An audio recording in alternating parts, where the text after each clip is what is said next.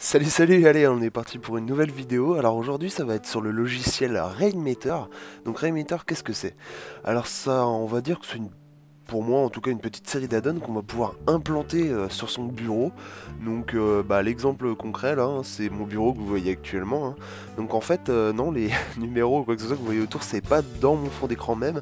La seule chose qui est implantée c'est le texte que j'ai rajouté en plein milieu de ce fond d'écran que j'ai pris assez neutre en fait. Et j'ai rajouté donc des petites animations, comme vous pouvez voir là par exemple j'ai les gigas encore disponibles dans mon disque dur C, et quand je clique dessus, hop voilà, ça m'ouvre mon disque dur C.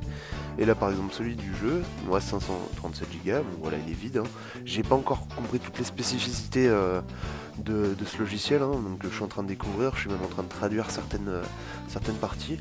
Par exemple là on a un petit add-on qui vont me dire le taux de transfert de ma clé Wi-Fi, on a une horloge animée, le pareil calendrier, je peux avoir la météo en temps réel ou quoi que ce soit, la date, le jour, tout, etc. Voilà. Bon là c'est vraiment très limité, hein. J'en suis encore très peu servi. Je découvert ça qu'il y a environ 2 jours. Donc j'ai vraiment apprécié, hein.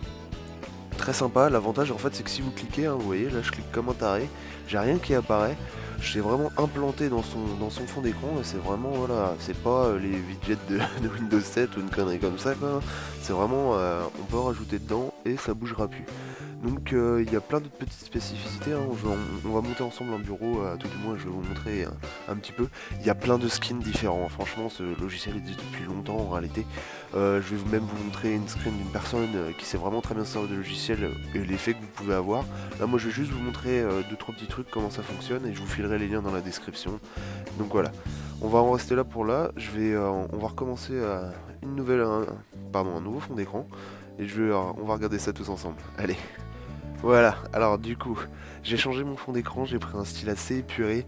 On va pouvoir installer un thème, vous montrer tout du moins comment fonctionne le logiciel, mais vraiment les bases, hein, parce que comme je vous ai dit, moi je l'ai découvert il y a quelques jours.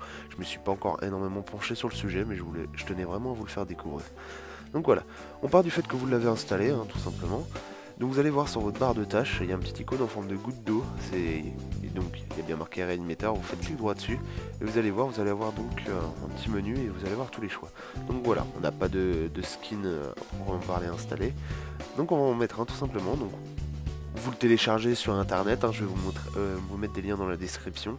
Vous allez dans skin, ouvrir le dossier, voilà, donc il est vide, vous glissez le dossier que vous avez téléchargé, voilà, vous fermez. Vous retournez dans le menu de Rainmeter, vous faites tout actualiser pour qu'il prenne en compte le thème que vous avez installé. Et maintenant si vous regardez dans Skin, j'ai Blue Dreams qui est affichable. Donc voilà, donc on va rajouter 2-3 choses et on va voir ce que ça donne. Donc Calendar Vision, hop, je vais mettre un calendrier vertical. Voilà, je peux le mettre où je veux, hein, tout simplement. Hop, voilà, je le mets là par exemple et maintenant j'aurai un calendrier animé tous les jours qui changera de cette façon. Ça va dépendre après selon les thèmes. Vous pouvez mélanger deux thèmes différents, prendre vraiment les skins que vous voulez. Donc moi tiens, je vais rajouter autre chose. On a info système, hop, voilà parfait, ça me montre mon service pack, la version d'OS que j'ai, sous la session sur laquelle je suis installé, depuis quand j'ai pas fait de mise à jour de Windows. Ça m'adresse même mon IP. Donc voilà. Ensuite qu'est-ce qu'on peut faire? On va me rajouter encore autre chose, hein, tant qu'à faire. Hop, Network Download, je ne sais pas ce que c'est. On a, hop, Date Vision. Bon, on va prendre, voilà. Ah bah tiens, celui-là il est traduit en français.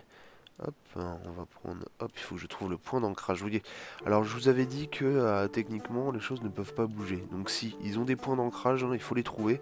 Ils sont assez petits, c'est ce qui permet de pouvoir les laisser et de vadrouiller sur votre bureau une fois que vous avez fini votre truc sans tout changer ou sans tout bouger, hein. Donc voilà. Bon bah je pourrais vous montrer toutes les choses, hein, mais je pense qu'on va en rester là pour le moment. Je vais en rajouter un autre pour le fun. Hop, voilà. Un flux de lecture RSS. Donc après ce qu'il faut savoir c'est qu'on peut tout modifier, hein. On peut vraiment aller même dans les créer soi-même, hein. Ça j'ai pas regardé comment on fait. On peut vraiment tout modifier. Moi j'ai déjà traduit un des plugins d'un thème juste pour qu'il soit en français. Donc voilà. Je vais vous montrer là tout de suite une petite screen d'une personne qui a vraiment fait ça bien et vraiment poussé la chose. Voilà. Donc, comme vous pouvez voir, il se l'est fait dans le délire Iron Man et tout, etc. il a vraiment bien fait son truc. Ça peut vraiment devenir compliqué. Moi je vous dis, je connais vraiment que les bases, je sais juste mettre 2-3 choses. Moi je vous laisse plutôt découvrir par vous-même le logiciel, donc je vais vous mettre les liens dans la description. Voilà, j'espère que ça vous aura plu et à la prochaine pour une autre vidéo.